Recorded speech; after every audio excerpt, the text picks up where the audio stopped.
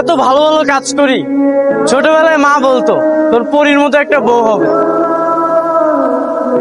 কিন্তু পরী তো দূরের কথা, একটা জিনও জুটলো না।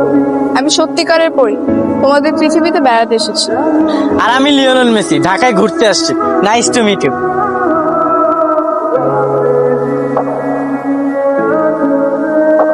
হে আল্লাহ, এত মানুষকে এত কিছু দাও, আর আমি সেই ছোট থেকে একটা মাত্র জিনিস চাই, সেইটাই দাও না। একটা পরী পাঠিয়ে দাও। ভালো ভালো কাজ করি। ছোটবেলায় মা বলতো তোর পরীর মতো একটা বউ হবে। এই পরীর বাচ্চা, সত্যি সত্যি আসতে পারো না?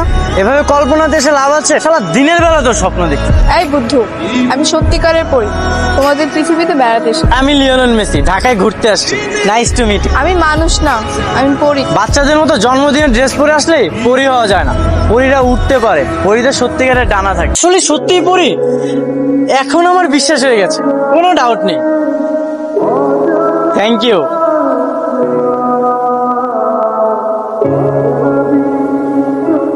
ও তো মিজাইল না, সকালে খেলে ঝামেলা হয়েছিল, এখন মারতে আস।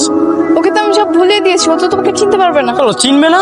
তাহলে আমরা এতক্ষণ হুদাই দৌড়ে বসে পালানোর একটা কারণও আছে। কি কারণ? তুমি এই ড্রেস কেন পরেছো? আমাদের দেশে পরিদের ড্রেস বলতে এগুলোই পাওয়া যায়, তাই এগুলোই পরেছি। না, ওইসব বাদ দাও, তুমি নর্মাল ড্রেস পরো, না হলে এলাকার বগাটেরা তোমার দিকে নজর দিবে। ঠিক আছে, চেঞ্জ করতেছি। চমৎকার তো, তোমাদের পরিদেরই ভালো, যেখানে সেখানে ড্রেস চেঞ্জ করতে পারো। শুনো, এটা হচ্ছে রেস্টুরেন্ট, এখানে আমরা মানুষরা খাওয়া দাওয়া। বলতে হবে না, আমি জানি। ও আচ্ছা, তাহলে তোমাদের দেশেও রেস্টুরেন্ট আছে তাই না? তুমি ভাত মাছ কিছু খাও, নাকি লোহা তামা রূপা এগুলাই খাও? তোমরা যা খাও তাই খাবো। তুমি আমাকে একটা সত্যি করে একটা কথা বলো তো, তুমি আমার লাইফে কেন এলে? আসলে আমরা পরিরা সব জায়গায় যাই না, যারা সৎ ভালো মানুষ আমাদেরকে ভালোবাসে তাদের কাছেই আমরা যাই, এবং তাদের যদি ভালো লাগে থেকেও যাই আমরা। তুমি কি আমার লাইফে সারা জীবন থেকে যাবে? কি আমি তোমার কাছে আসতাম? ওয়ালেটটা খুলো। লজ্জা দিও না, আমার কাছে মাত্র 75 টাকা আছে। আবেগের বসে তোমাকে রেস্টুরেন্টে নিয়ে এলাম, কিন্তু একটা বার্গার খাওয়ানোর মতো টাকা নেই আমার কাছে। আরে ওয়ালেটটা আগে চেক করো তো। ওমা, এ তো দেখি ওয়ালেট ভর্তি টাকা। তুমি তো দেখি আসলে ম্যাজিক পড়ি। লোভ করা যাবে না, কিন্তু আমি আগেই বলেছি সৎ আর ভালো মানুষ থাকতে হবে। যদি চেঞ্জ হও, যদি অসৎ হয়ে যাও, তাহলে কিন্তু আমি আমার ঠিকানায় চলে যাবো। তোমার সাথে সততা নিয়ে বেঁচে থাকবো। তুমি আমার বাসায় চলো। না, বিয়ের আগে না। তাহলে চলো আমরা বিয়ে করে ফেলি। তোমার বিয়ের বয়স হয়েছে? আগে বিয়ের বয়স হোক, তারপরে বিয়ে করে তোমার বাসায় যাও। তাহলে তুমি থাকবে কোথায়? এদেশে কিন্তু গুন্ডা মাস্তানের অভাব নেই। তুমি চিন্তা করো না, আমি আমার ঠিকানায় চলে যাব, আর প্রতিদিন সকালে এসে তোমার সাথে দেখা করবো। চমৎকার তো, আজকে দেখি দুজনেই ম্যাচিং ম্যাচিং। আমি কালো ড্রেস পরে আসবো, সেটাও তুমি জানো? আচ্ছা, তোমরা ভালোবাসলে ফুল দাও কেন? আবার গোলাপ ফুল দেওয়া হয় কারণ বাসর ঘরে লাল গোলাপি লাগানো থাকে, আর এটা সেটারই ইঙ্গিত।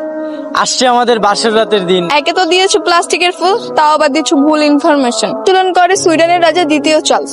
তিনি পার্সিয়া ভ্রমণে গিয়ে ফুলের ভাষা নামে একটি সাংস্কৃতিক ভাষার প্রচলন করেন। তিনি বলেন এই ভাষা হবে কথা না বলে অনেক কথা বলা।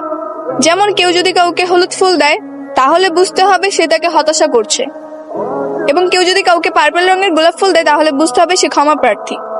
আর কেউ যদি কাউকে লাল গোলাপ দেয়, তাহলে বুঝতে হবে সে প্রেমে পড়েছে আর তাকে ভালোবাসে। দেখি জাহাজের ব্যাপারই হোক, আদার খবরও রাখো। হ্যাঁ, জানতে হয়। দিন দেখতেছি একটা ছেলে পানির কিনারে বসে কাঁদছে, আর গার্লফ্রেন্ড নাকি পানিতে ডুবে গেছে। তখন আমি পানিতে ঝাঁপ দিয়ে তার গার্লফ্রেন্ডকে তুলে এনে বললাম, এটা কি তোমার গার্লফ্রেন্ড? বলে না। তারপর তুমি নতুন একটা গার্লফ্রেন্ড তুলে এনে বললে এটা তোমার গার্লফ্রেন্ড? আরে না, ওকে কোষে একটা থাপ্পড় মারলাম, মেরে বললাম, আরে এটাই তোর গার্লফ্রেন্ড। পানিতে ডুবে মেকআপ উঠে গেছে। মেকআপ মাখা মেয়েদেরকে ভালো না বেশি, পরিদেরকে ভালোবেসেছে। শুনো, কালকে থেকে তুমি বোরকা পরো, আর এই সুন্দর মুখ কাউকে দেখাবা না, আর কোনো ছেলের দিকেও তাকাবা না। কেন এইভাবে বলতেছো কেন? দেখো, সব পরিরাই মানুষের ইচ্ছা পূরণ করে দেয়, তুমিও আমার ইচ্ছাগুলো পূরণ করে দাও। বন্দুক আছে কিন্তু গুলি নেই, এ কেমন টাইপ জীবন? চাও, তোমার সব ইচ্ছে পূরণ করে দিব, কিন্তু তোমার সাধ্য মতো চাইতে হবে। প্রথম ইচ্ছে, প্রতিদিন আমার কাছে টাকা ভর্তি একটা বাক্স থাকবে। দ্বিতীয়ত, মোটামুটি ঝামেলা ছাড়া একটি চাকরি। তৃতীয়ত, এমন একটা চাকরি যেখানে কোনো চাপ নেই, শুধু শান্তির ঘুম আর ঘুম।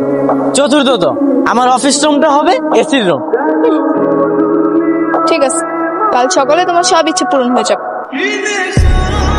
হায় হায়, এই কই গেল তুমি? কালকে তোর কুবুদ্ধি শুনে ওর কাছে 4টা উইশ চেয়েছিলাম। তারপর আমি এখন এটিএম বুথের টিকিট উঠছি।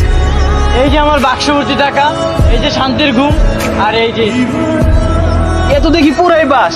তোর পরে এখন কোথায় আছে?